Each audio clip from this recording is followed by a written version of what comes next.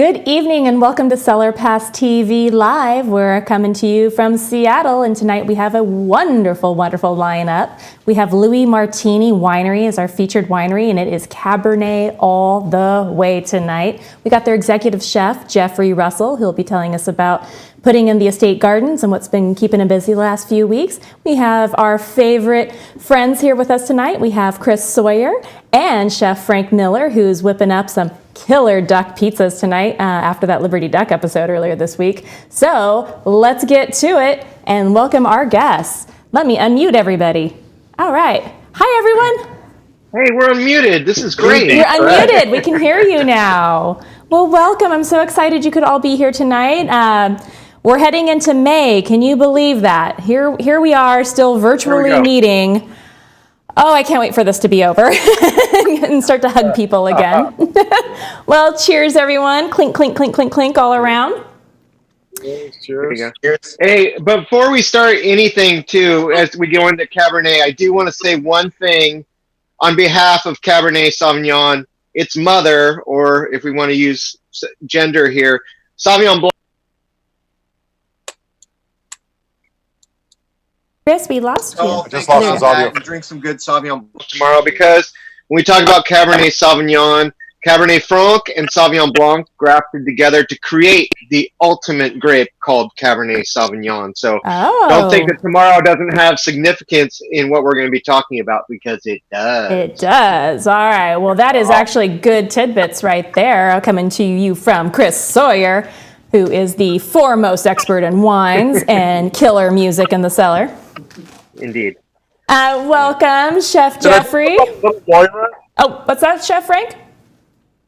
Did I pick up on a little Moira in that delivery? You might have. Yeah. You might have. I may have been Schitt's Creeking it a little bit. Yeah. Okay, good. My favorite shows. That's awesome. Well, we have Chef Jeffery, who's representing Louis Martini Winery tonight, and he's got a trio of excellent cabs for us to sip on. Chef, sure, how's it going? You are actually in the tasting room, so we do get to get a little sneak peek of what's going on there. Yeah, so I am sitting in the Heritage Lounge. It's one of the great rooms that we have here at Louis Martini. So, you know, we're extremely proud of our legacy in Napa Valley, and especially with our Cabernet Sauvignons. We offer an unparalleled portfolio of world-renowned Cabernet Sauvignon, all made here in the Napa Valley.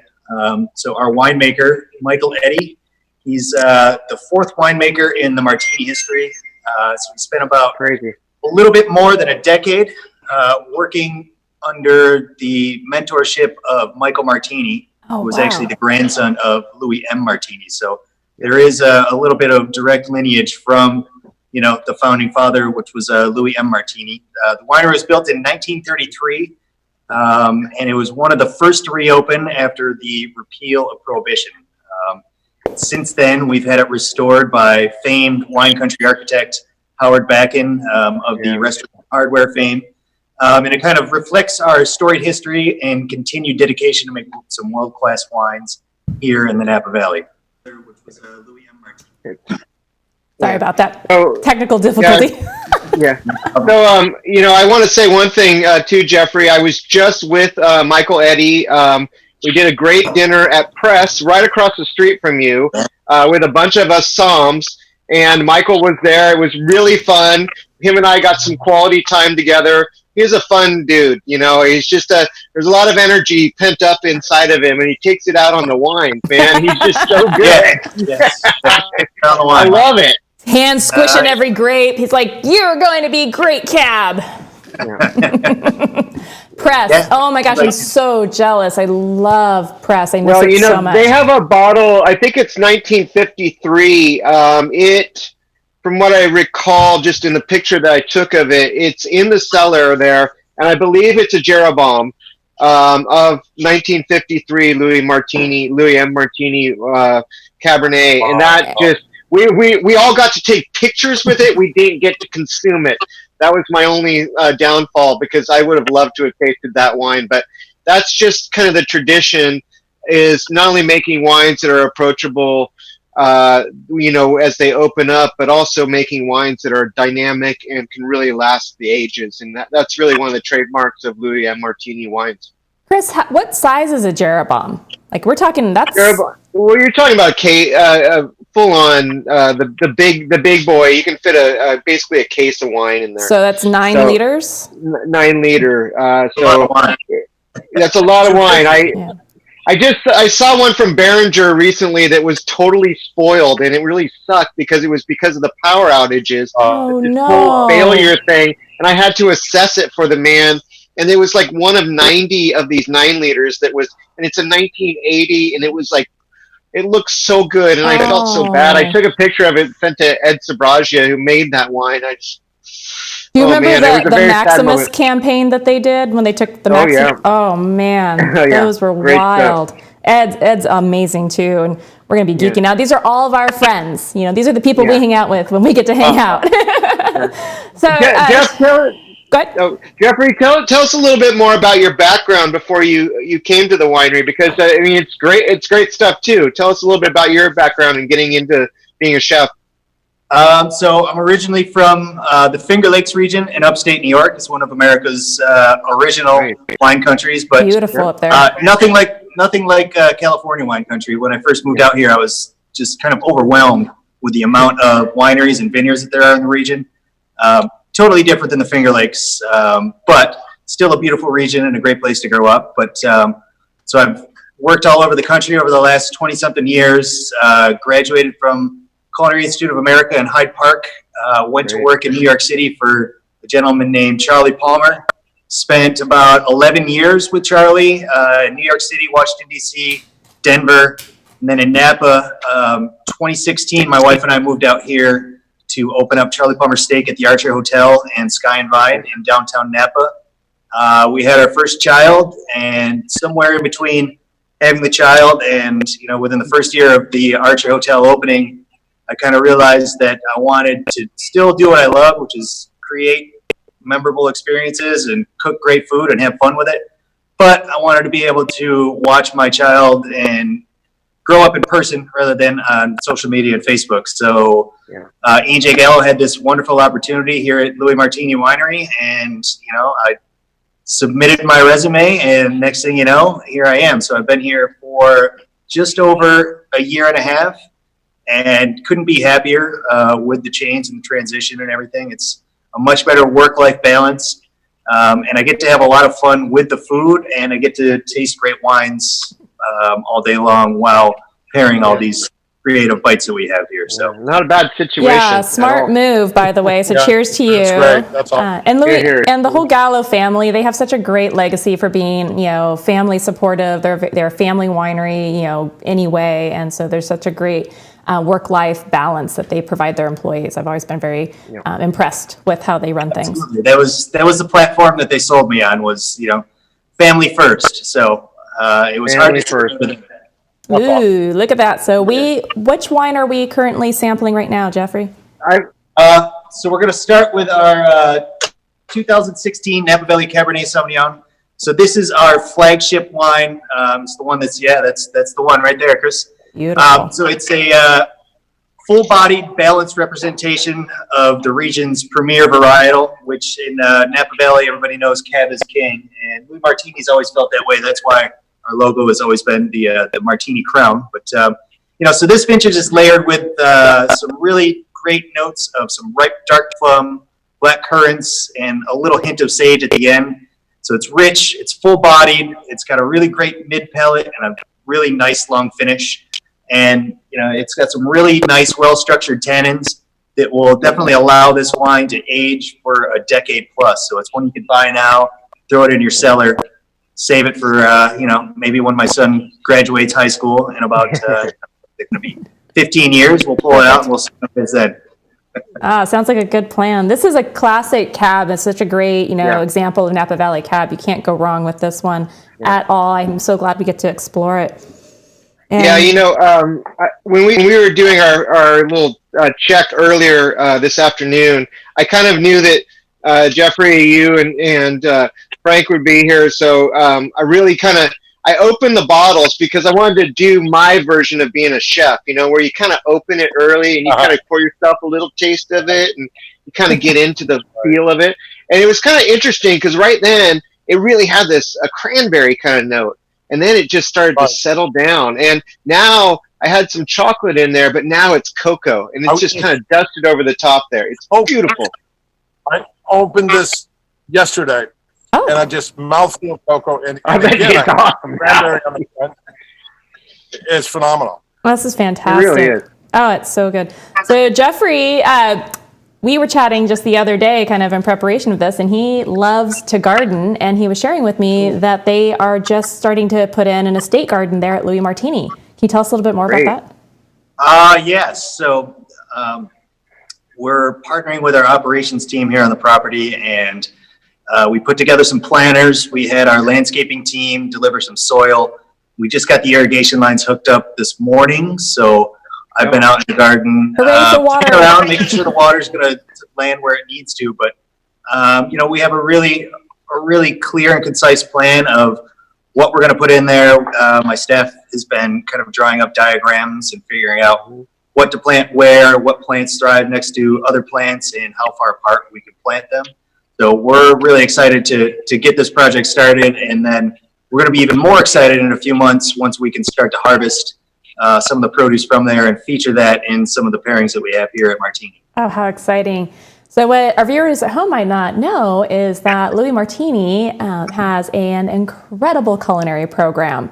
And one of the ones, Jay Vineyards is, your sister property has really great food and wine program. We've actually set the bar for many of the programs out there. And then here comes Louis Martini with a brand new rockin', fully renovated facility, killer entertainment venues, and a culinary program that is off the charts. One of which is the Heritage Lounge where you're at now. And so what kind of bites do you guys offer in the Heritage Lounge? So the Heritage Lounge, it's a flight of 5 wines with the option to enhance those wines with 5 curated bites, if you will. So what we like to do here at Martini, and what we really based our program off of what they do over at Jay with Chef Carl and our director of consumer experience, Lindsay Octor.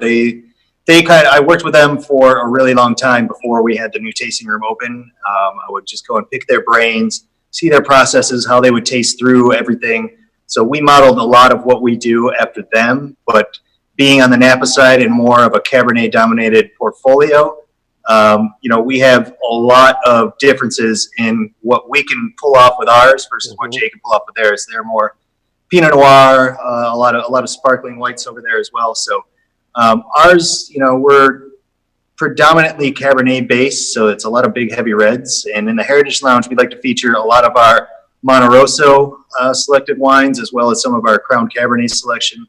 But we like our pairings to be thought provoking. So we like to think of things that you normally wouldn't associate with big heavy reds, such as the Monte Rosso Cabernet.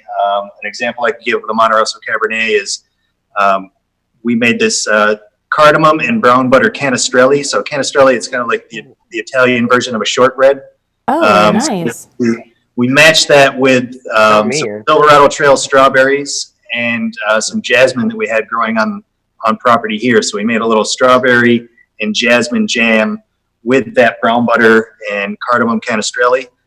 So the brown butter really works well and brings out a lot of those barrel contact notes in the Monte Rosso Cabernet. And the cardamom really it's that Monte Rosso spice, or the baking spice, that's really typical of all those Monte Rosso wines. And I just grabbed that one, and you're right. You can, you're talking about it. I'm catching all of those notes. Oh, it's beautiful. I want to go into Monte Rosso in a few minutes, though, because that's that's a whole different story right there. That is one of the greatest sites in America. Yeah. And I know Brene very well. She's an amazing woman. Yeah. Brene Royale does a great job up there. Brene too, which is also ironic because her Instagram handle is Cab Brene, which is clever. Cab Brene. Hey, clever. The Monte Rosso Cabernet Sauvignon, it's crafted from specifically chosen blocks on the Monte Rosso vineyard, and some of which are the oldest Cabernet blocks in all of California, and some of the oldest in the country. We purchased Monte Rosso in 1938, I believe, and some of the vines that are still there were there well before Louis Martini purchased it. But you get really great aromas of toasted coconut, a little cedar, some notes of a little black cherry, macerated berries, and it's got some long silky tannins. And like I said, it's got that classic Monte Rosso spice where you get a little clove, some cinnamon, and some sage, and even a little cardamom. So it is well with anything with spice and brown butter. It works really, really great with any of the Monte Rosso wines. It's really like allspice. I mean, it really is like allspice together because it's all these. But I think cardamom is a really good expression too. It has a rustic feel up there too. I mean, a lot of people have never been there. Believe me, it's not really open to the public. It's nothing, where you just go there. But when you go there, it is as volcanic of soils as you will ever see. They're as red as can be. Oh, beautiful. My favorite moment is a very good moment too with Michael Martini. It was just him and I going through the vineyards. This is right when Gallo purchased the property, and he was telling me, "Oh my God, Chris, these guys know technology. I didn't know anything about this." And so he's doing all this kind of stuff online. Oh, geez. But the one thing, how we had this conversation was sitting down behind the old winery there on the property. Now, this winery for many, many years in the 1880s through probably after Prohibition was one of the largest wineries in Sonoma County. It's super tiny versus what we have today, but behind it is a very, very old fig tree. And that's where we sat and talked and drank wine for quite a long time. These figs were so ripe and so wonderful that I ate about 2.5 pounds of them and I could barely move. But that's besides the point. How did they pair with the wine? It's great with the wine. Don't ever eat 2.5 pounds of figs. I'm sorry, you guys. It just doesn't work. But and that, my friends, is how Chris Sawyer lost 5 pounds in a day. Yeah, go figure. But the thing about it is it's rustic, but it's about 1,000 feet up there, volcanic soils. It's all on slopes coming in different areas. And I want to say one thing that's really great about the Gallos purchasing that property. We fought for a long time, Carmenet, which was right next to it, that became Moon Mountain Vineyards, and other people that grow grapes up there on that hillside. We wanted to make that an appellation for a long time, and it took the Gallos and some really good people that wrote out those applications to the government to make that Moon Mountain appellation happen. And I really give them a lot of credit for doing that in a really great manner. And like we were just talking about Bernay Royal, one of the greatest younger generation people in this entire industry. There's no doubt. African American, as fiery as you get. Went to Chico State. Yes. Yeah, fiery. I mean, you do not mess around with Brene. You just don't. And she is really one of the most beautiful, articulate people I know. And I just feel like that you couldn't put that vineyard in any better hands than Brene's hands. Oh, sounds like she is definitely the godmother of that vineyard for sure. She's a very great person and a very good friend of mine. Oh, it's so sweet. I'm thinking like this wine, every wine has personality. This one has a time and place and experience in it. Like you can feel it. When you're talking about the rustic vineyard and location, before you even said that, I was like, this particular wine, it transported me to a campfire and just, roasting s'mores and hanging out with friends and being under the stars. That's exactly where I was with the very first sip. And then you're talking about the rustic, location and being, at elevation. I'm like, of course, that's its home. It's so amazing, and so very blessed to be able to try these wines tonight. Chef Frank, you're sitting so patiently down in your corner. I see your fire going behind you. What are you whipping up? Oh, my little family of deers go by. Oh, I love your little story. I love your little story about this wine. Unfortunately, I don't have that bottle here with me because I opened it thinking that I would have it for the next day when I had our dates wrong. But also, I had this, it's so beautiful. I had this kind of a magical, like you say, wines have character. And great wines have extraordinary character. And that wine, it was me and that bottle of wine and a creative project that I worked on till about midnight 30. And it was extraordinary, you know. So bravo to you guys on that one. Oh, it's delicious. But you guys, before this gets stuck to my pizza peel, the other day we were with Liberty Duck. Okay, guys? Yeah. And so let me just delicious. show you this right here. Ooh, This la la. right here, I hope. Okay, we've got some Liberty Duck. We've got some Purple Haze, goat cheese. Incredible. We have fresh sage that Billy's going to pick up on those sage finish nuts, Like the sage. and then a little truffle cream. You know, I do a little truffle cream sauce that we use very sparingly with black truffles, and so we're going to pop this in the wood-fired oven, and then we'll take a look at it when it comes out. All right, can't wait to hear about it. But other than that, As my stomach I love goes the- I love grumble, the grumble, fact grumble. You've got Purple Haze in there because, you know, that's lavender. And this is like up there, those wild herbs. Like we were talking about sage there, Jeffrey, you know, about sage being wild and these kinds of things that you can just go out there and find up there. It's a crazy landscape up there. It is, for people that know Napa Valley very, very well, Sonoma Valley is a very small version of it. I think that one of its advantages is it gets the fog first before Napa Valley does. Yes. It's the blocking. Remember, it's on the Mayacamas Mountains, but it's looking due east. West. Sorry, towards the ocean that way. But sorry, I'm in my cellar, so I'm kind of thrown off here. But you know, it's just an amazing thing that you have great acidity in this wine. I mean, that's the thing about it. This is natural acidity. And it's there, and it's incredible. It's dancing around in your mouth, and so it really has some advantages. I want to say one thing too about this vineyard, and what makes it so special is it really is one of the landscapes of California's tradition of making wine. This was really founded in the 1850s, and this was a grocer from San Francisco that took his mules up there to start planting this stuff, which is crazy talk. Could not even imagine. And it's 1,000 feet up there, and he did it anyways. So And it was all dry farm respect. back then, too. It was all dry farm. farm. Remember, there was no such thing as irrigation until the 60s, you guys. That's the 1960s. Right. So it was a very different time. Wow. That is definitely some serious pioneering in the vineyard land, and cheers. What's up down there? How's Chef that Frank? pizza looking, Jeff? Oh, we getting nice and brown. you can smell the sage that's coming off of this. Oh, it's so. Talk about campers. We will check back with Chef in a minute when his signal comes back. But it looks good. It's like stop frame motion right now. It looks amazing. I'm actually so jealous of that pizza. You have no idea. Oh my God, it looks so great.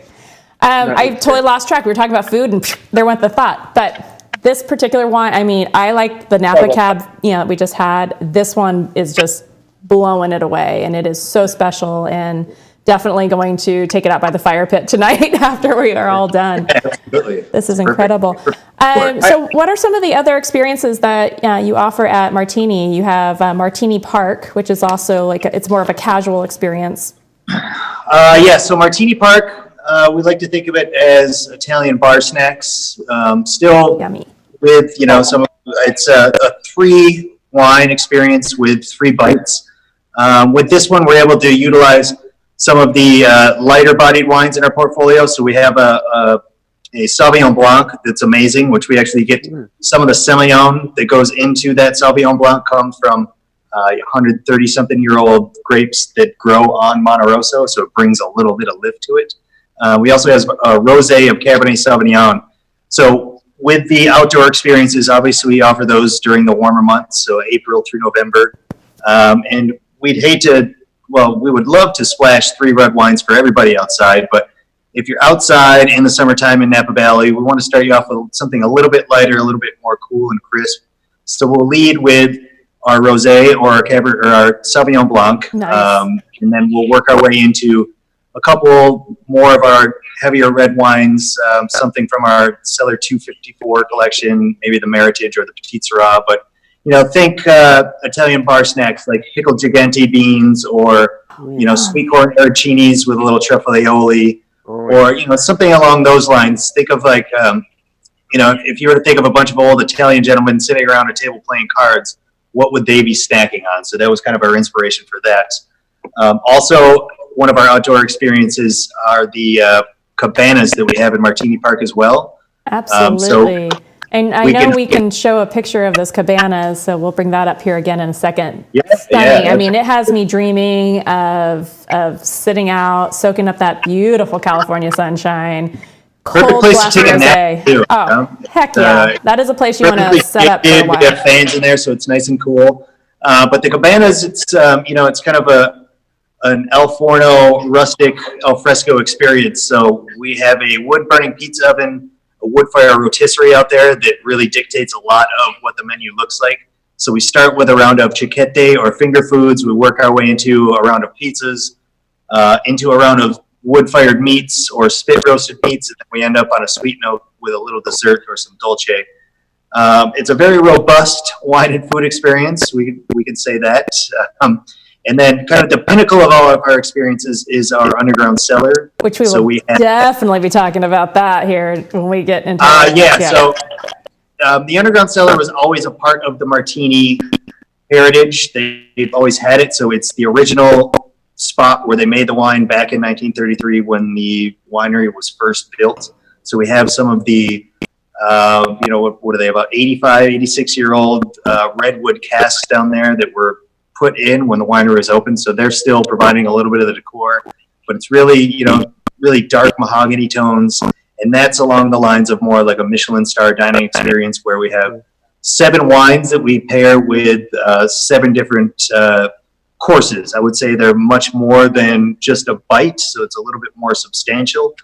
But it's a very elevated experience where that's where we get to have a lot of fun with A, the food, and B, with a lot of the older library wines that we have here on property. So we could pull some really great back vintages of the lot number 1 Cabernet Sauvignon, or even some of the Monte Rosso stuff. And I mean, we've gone as far back as the 70s, even with some wines that still aren't made in the portfolio, but every now and then we're able to throw in a couple of surprises and some hidden gems that we might have hiding back in the library. Sounds so decadent and dreamy. It's like a lot of experiences, a lot of fun, and like I said, there's something kind of for everybody here on the property. It's definitely a foodie's paradise. For those who love wine but also really appreciate great food, this is such an amazing opportunity to showcase the wines and see how they transform with different pairings. So you can really pick up on those subtle notes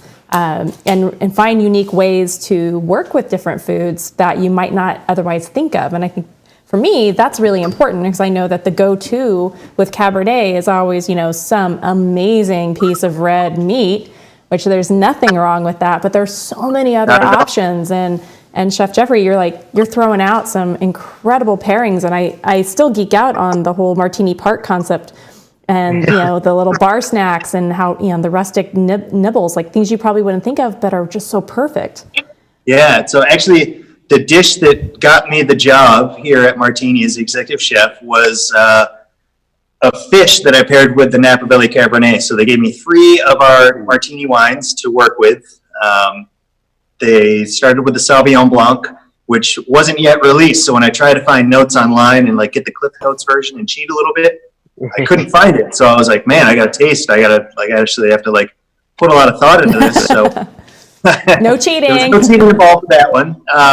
But the second wine was the Napa Valley Cabernet. And, coming from a steakhouse background with Charlie Palmer Steak for years and years and years, everybody really expected me to pull out, that grilled Wagyu strip loin with the Napa Valley Cab. But I threw him a curveball, and I did pan-roasted wild king salmon with a little smoked potato or smoked bacon and sweet potato puree and that was what got me the job, apparently. So I'm so glad you did that. I've been at a few different wine tastings, and there's a unique one that a friend of ours does, a very nice restaurant in the Napa Valley, and he's known for his cabs as well. And we were, selecting our menu, and I went for the salmon. And I mean, you should have seen the faces. They were all like, "What's wrong with you?" But I'm like, no, I'm really feeling the salmon, but this is going to work beautifully. Yeah. And it was the first time that anybody had tried the salmon with the cab, and they were like, "Oh my gosh, this is really actually quite good." But you got that fattiness. I mean, it's not a lean fish, so it's going to work. The flavor, it's the fish. When I like to think about how fish and the activity of the fish translates into the flavor. It's a strong fish. It swims a lot, so it's got a lot of fat. It's got a lot of muscle, so that all really translates into flavor. So I knew that it was a risk. Salmon with a Pinot Noir, that's easy to pull off, but salmon with a cab, I knew it was risky, but the sweet potato and the smoked bacon really helped bring a lot of those barrel contact and toasty notes, and it really worked well with the texture of the wine. And that's incredible. I remember the server bringing the plates back, and all the plates were cleared, like 100% completely clean. And you knew you had a winner. He said, I'm not supposed to talk to you, but the one word I heard was delicious. And I was like, Well, excellent. That was what I knew. That we did. One thing that we did at our restaurant in Sonoma, Chef Janine Falvo was on Top Chef, and I worked there for 6 years. One of our specialty dishes that I would do with cab would be seared ahi tuna, but it would be rubbed with espresso. So it was really something, and how she did it that really made it work. And this is exactly the style of wine that would go with that. Absolutely. It's really something that because it's so good, and it tastes. This has so much varietal character in it, and you can make all the arguments you want about mixing in and how everything's different, but it tastes like cab.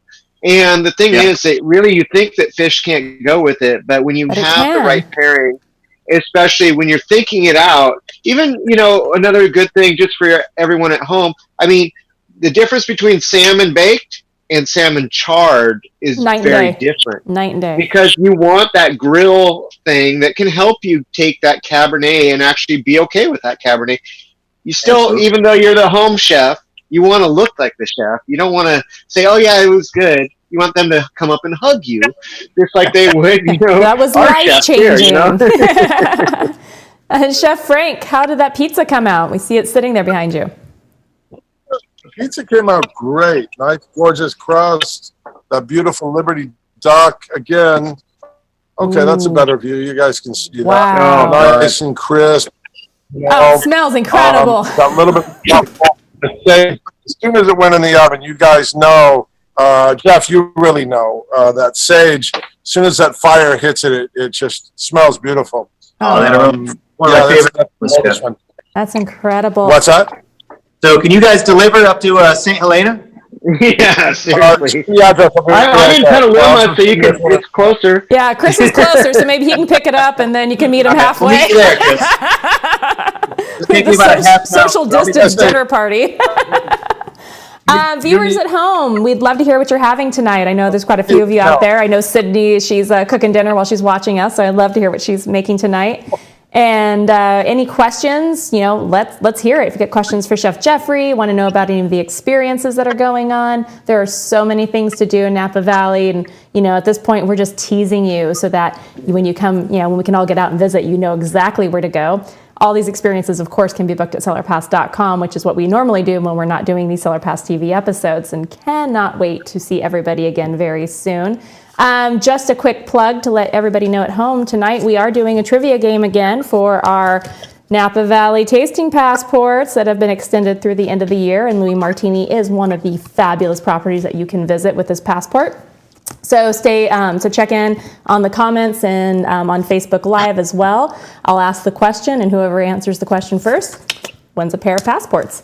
So we are on to contestant number 3, going into our Cypress Ranch. Yes. So this is our inaugural vintage of Cypress Ranch Vineyard Cabernet Sauvignon. So it's a single vineyard cab, hailing from the Vaca Mountains, which is on the other side. Chris was just talking about how Monte Rosa is in the Mayacamas. The Vaca Mountains are the other border of the Napa Valley. So it's this comes from the northeastern part of Napa, just on the other side of Howell Mountain, just north of Pope Valley, I believe. It's oh wow! One of the first experiences I had when I became part of Gallo was to visit 3 of our coveted vineyards. So Monte Rosa was the first, Stagecoach was the second. It's another one of the coveted vineyards we source fruit from.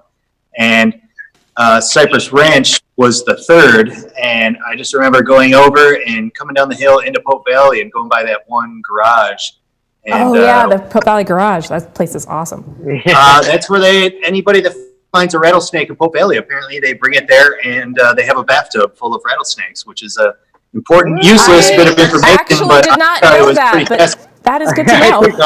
Road trip. We don't see too many rattlesnakes outside of the Cicero Swamp. So for me to be around rattlesnakes, it's always been kind of fascinating. Never encountered one in person, but I know if I want to go see a bunch of them in a bathtub, that you know exactly where to go. Well, it's on the way to Cypress Ranch Vineyard. So excellent. So I am going to play with my Corvin tonight, which is my new little toy. Actually, it's my husband's. You got the red one too. That's this was a Christmas gift, and I was like, I didn't realize they made different colors. I know it's pretty nice. So a great thing about this, though, is we have 3 amazing cabs, and there's only 2 of us here who can be of legal drinking age. And I was like, well, I didn't really want to open up all 3 bottles.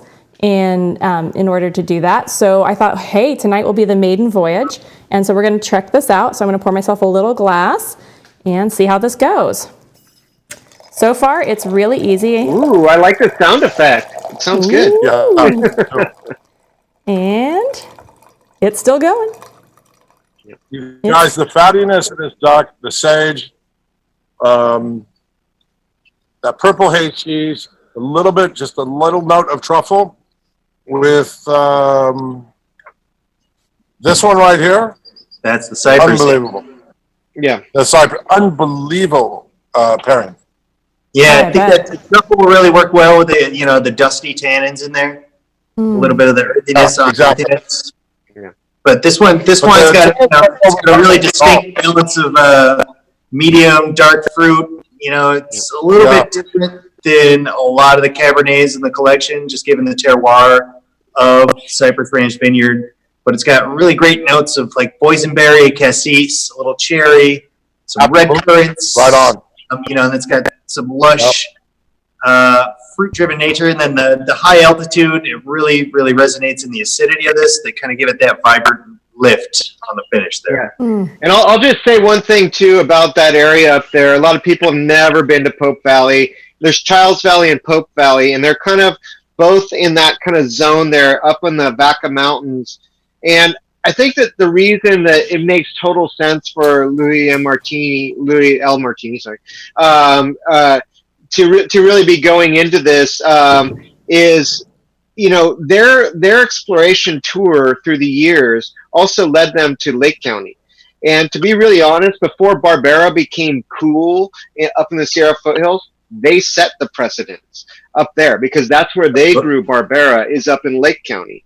And so finding these other little knolls and these kinds of places up there in the mountains. One thing about Lake County and kind of more Pope Valley, Childs Valley is it's high enough up there that it's actually above the fog line naturally, but it's also exposed to more UV rays. So as a general rule, the grape vineyards up there are the way that they're kind of trained is a little bit different. It's almost defensive mechanism. So the sun hitting right on there is not going to touch the clusters between about 2 o'clock to 4 o'clock in the day. So it's a really interesting place. It's a different kind of farming up there because you can't expose those clusters to the sun.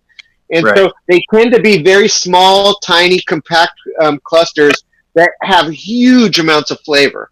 And so it's a really unique thing. That's why everyone knows about Lake County that likes Cab, because it's pretty good up there. But no one gives it enough credit because, but everyone in Napa Valley knows everything about Lake County. And it's the same thing with Pope Valley, Childs Valley. And I think this one really shows that broadness, and it has so much good acid too. It's just great farming, and I mean the full flavor is there, but you feel so good about having it. That's natural acidity, and it's bright and it's fresh and it's wonderful.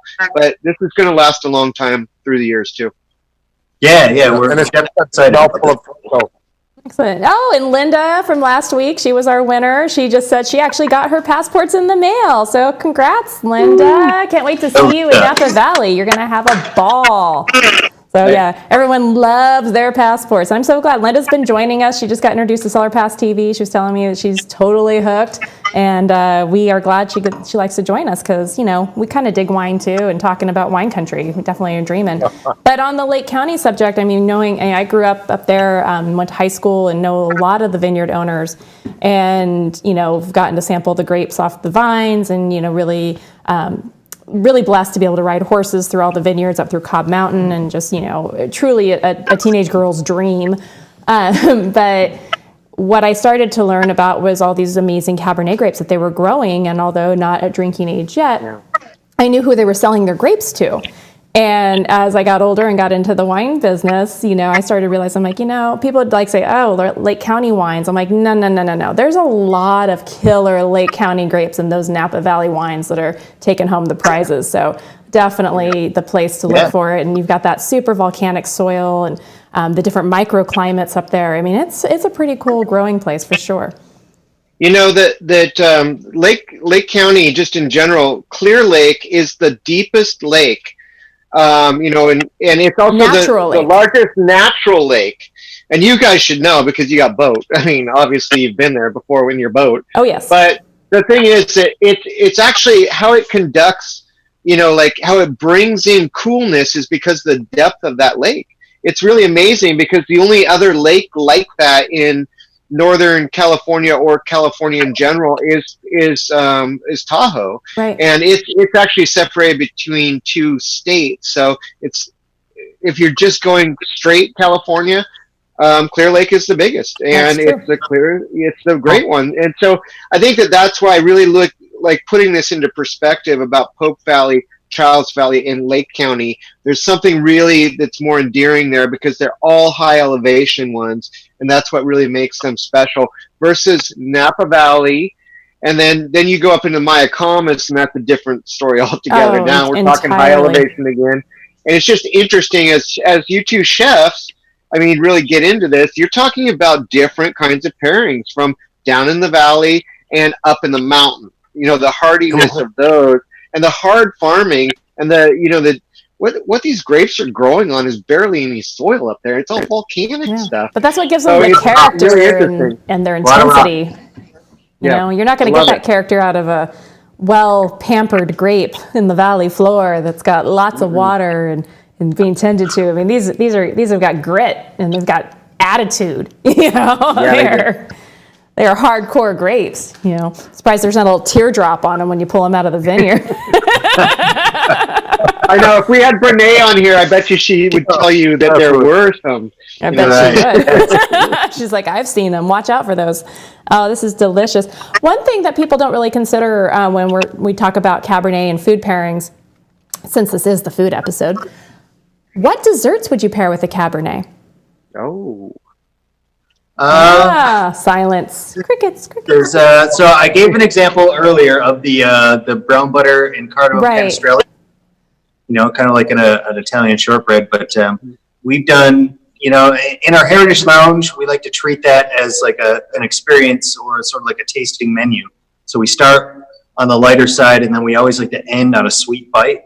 So every 6 weeks we change our menus. So since we've opened, we've gone through about 15 to 20 menus. I can't, you know, I'd have to count the weeks on my fingers and toes, and we won't do that on camera right now. But, you know, we've gone everything from, you know, like a pink peppercorn panna cotta with some Luxardo cherries and a little brown butter crumble to some spiced fruitcake with like compressed persimmon and a little like a cardamom chantilly. I'm trying to think of the most recent one that we had. S'mores. So yes, we did our like kind of our own version of a s'more where we made like a rosemary infused marshmallow with some house made graham crackers, and then we coated that with just melted down some dark chocolate to coat the top side of the s'more, and then put some pomegranate and a little sea salt on the top of that as well. Oh, that sounds incredible. I want some. There's definitely a lot of possibilities. Most of them are rooted in chocolate, but yeah, for me it would be chocolate. Yeah, I It's would kind of like a go a warm chocolate tort, and it's something that I'd be more than happy to share the recipe. It's very simple, Please. and it's absolutely. Please do. It's almost ganache-like, but it holds up much better, and you bake it and you actually eat it warm. And yummy. with this, it would be extraordinary. Be heavenly. So I'll Chef, share that with you yeah, guys. Chef, send me the recipe and I'll put it on our blog so we can get it out to everybody. I will. Excellent. I Oh my will. gosh. And sometimes You know what? One yes, thing that I've done too, real quick, as the non-chef but works with tons of chefs. Chef adjacent. Flourless chocolate cake, which is great, which I really like, especially if it's done the rich style with the dark chocolate. Like a truffle. And it's only one time a year that you can do it. It's when the blackberries are out. So it's kind of a drizzle plus some fresh ones right there and some mint on the side. Yeah. Sounds good. That would be amazing. They're not ripening very fast right now, those blackberries. They're just not. They're not? Well, we're going to have to No, work I on tell you that. what, It's been pretty warm even down there, though. A couple months, we'll be there. Oh yeah, very, very soon. I do want to make mention that we do have a special promo offer from Louis Martini. So I know that that's going to come up on your screen in a second, but you're going to get 15% off site-wide for the next few days. So jump on it because these wines are off the charts. And again, Louis Martini does not discount. So this is your opportunity to be able to grab them and get a heck of a deal. So thank you, COVID, for doing that for us. You're going to be able to get some great wines. Shipping is included on orders of 6 bottles or more. And there you have it. And you definitely want to get more than a couple of bottles of these bad boys because they're once they hit your lips, you're not going to want to stop. So they're pretty good, and you're going to want to age them. These are the kinds of wines that you do want to get 6 or more bottles of because you can put them down and then explore them again and again over the years. The first time I did that was with a 97 Napa Valley cab, which I still have 2 bottles of. And so we're definitely excited to keep trying them as they age. Wow. Super fun to do. And, not being, the complete wine expert like Chris or anybody else who's like, they live and breathe this. I'm kind of like, not quite novice, not expert, somewhere in between. And so it's really fun to do these things because that does teach you about the wines and that does help expand your knowledge. I know a lot of people are afraid of, wines or they do the, I don't know anything. Don't worry about it. The only way to learn wine is to drink wine and then to play with wine. It's and to have great food with wine too. Exactly. That's why we got 2 chefs on the show. Food is an important key. They are definitely the best friends forever. Food and wine. It's important. Drinking it alone is, not as good as together. They're both delicious. So I did see the promo come up. 2.5 pounds of figs. Don't do it. Don't do it. Thanks for a great story, though. It does. Makes for a fabulous story. One thing I want to say one thing real quick too, just to promote, everything about Louis and Martini is just that, as you go back through the ages, so much history, a true family legacy. And the Gallos, when they purchased it, they did nothing but continue that legacy. I want to say one thing, and Jeffrey did mention it. The Lot 1 wine that they make is kind of like the best of the best of the best put into one bottle, and that's what we were tasting at Press in Napa Valley. That was the dinner that we did. That was the featured wine. So when you go there, and I want to make this real clear, Jeffrey is sitting in a badass room, but it wasn't always like that. This is a new whole thing that they've have opened transformed up. 4 years in the making. And I want you guys to know that this is the real deal there, that you've never seen this winery like it is now, and there's really more of a reason to visit it than ever. They have their teaching theater. We appreciate Oh yeah, there's so many experiences to be had there. You've got your teaching theater, which is just off the charts. Yeah, one of a kind. No other winery. No. Other winery in Napa Valley has the wine study. So it's a theater style setup. It's 100% soundproof, so you don't hear any of the traffic from Highway 29 going by. No wine train tooting as you're going by. Yeah. My wife works for the wine train, so I got to be careful what I say. Nothing wrong with the wine train, but you're not going to hear it from that room. Yes, we can't hear the wine train, and we have shades that block out the light as well. So when you're doing tastings during the day, but it's totally set up to do seminars and trainings and teachings and everything. And yeah, we're super proud of all of the hard work and thought that was put into the restoration of the winery, and we couldn't wait for everybody that's out there watching and all your friends to come in and experience what we have here to offer them. Absolutely, and there was, true to this brand, to the Gallo family, the attention to detail is incredible. I mean, there's no detail missed, and it goes from every level of every experience all the way down into that underground cellar experience where you're going to be treated by the absolute creme de la creme of everything. I mean, it's a sensory experience from the time you drive onto property and walk through those big, beautiful doors, and then just tour the whole, the Crown Bar, the Heritage Lounge, everything. Even just going down to the underground cellar is an experience in and of itself. I mean, you are transported. It's phenomenal. And so my hat's off to the entire team that made this transformation possible. I watched it happen over the years, and this was not a little undertaking. This was over 4 years of intensive reconstructive surgery. There's no doubt about it. Very big project. Very big. And they took a lot of time making sure that they selected the right individuals to lead the team. So I can never take credit alone. Lindsay Ofter, the director of consumer experience, has done a great job putting all the pieces together in the right places. And then Jonathan Wendorf, our estate manager, who comes from Queens and Katonia, and worked in Napa Valley and San Francisco, and born and bred in the Napa Valley. He does a great job with the hospitality side. I handle the food side, and it's kind of like the perfect marriage of hospitality, food, and winemaking all come together. And just to provide these really amazing experiences that we have here at Martini. And like I said, we're still here. We're really excited to share what we have and what we do with everybody, and we can't wait until people are ready to come back and soon spend some time in wine country. It's and so I know we're all eager to get out and start saying hi to all of our friends again. So stay tuned. Definitely check CellarPass.com. We are giving you up-to-the-date information about all your favorite wine countries. We are happy to announce that 4 properties that we know of in the greater part of our whole country have reopened. So we do have some properties in Tennessee and Texas that opened up. They're actually opening up tomorrow. So we're really excited about that. Modified experiences, a lot of outdoor experiences, but being able to get out and visit these places and start supporting our local wineries once again, which were some of the first to shut down and will be some of the last to reopen through this whole process. So, remember, these are mostly farmers, and, they're very much a part of the community. So any part of support you can give them is amazing. Still, many will be taking their time, but they sell wine online. They can ship, and of course, you can also do curbside pickup. So that's always great. We do have our trivia question tonight. Our trivia question is, what restaurant did Chef Jeffery work for prior to moving to Louis Martini? So whoever answers that first will Jeffrey. Yeah, if you can't work for the winery to win. Post your answer, and we will announce the winner.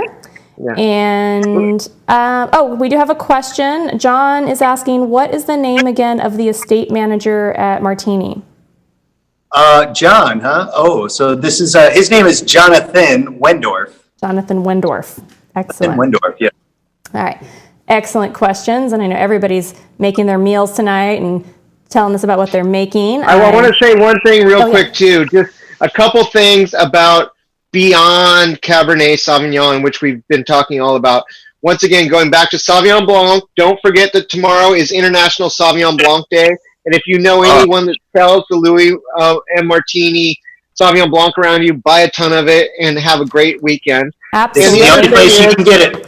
The other thing is we are tasting this amazing Monte Rosso Cabernet, but do not forget how Monte Rosso became so famous is Zinfandel, baby. Oh. And so as we get into this whole thing about barbecue, that is one of the greatest brands and really helped found what we call the Zinfandel Advocates and Producers organization. And it's really one of the most famous vineyards for Zinfandel in the world. And so many people stand in line to buy these grapes from Brene Royal and just say, please, please let us have that little patch of there. Please, just I just need this much. But you know where she puts the best of them? Right there, Louis Martini. Go figure. Wow. That's why Jeffrey has some pretty good Zinfandel too that he works with. Oh yeah, there's. That gnarly vine is Just amazing. And the rosé. Oh my gosh, your guys' rosé is it's beautiful. And nothing says summer in Napa Valley than sitting outside, the warm breezes kind of coming through, and a perfectly chilled, crisp. Oh. And that really cold, crisp rosé. Oh, in your hand. I mean, that's you can rosé all day on that, and truly. And some wood fire pizza as well. Absolutely. That's right. Well, so we are coming to the end of our hour. It's been so much fun. But up next on Monday, May 4th, it's going to be out of this world. We've got John Conover from the Plump Jack Group, who's going to be sharing a trio of their wines from 3 different wineries and telling us all about his brand new surfboard. So while we tempt you with more tales of Napa Valley, we'll be dreaming of hanging 10 on some of his favorite surf spots. So come back at 6 p.m. on Monday, and we'll be talking about that. If you don't already have your wines, you can go to CellarPass.com/TV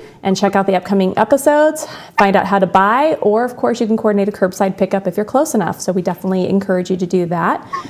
We're going to keep rolling Cellar Pass TV until everything is reopened. So that is what we are doing. Nobody's yet answered our question, though, on trivia night. So Linda might be winning the passes again, so we'll give her that. And so hopefully somebody will chime in. I'm sure they'll come in a little later.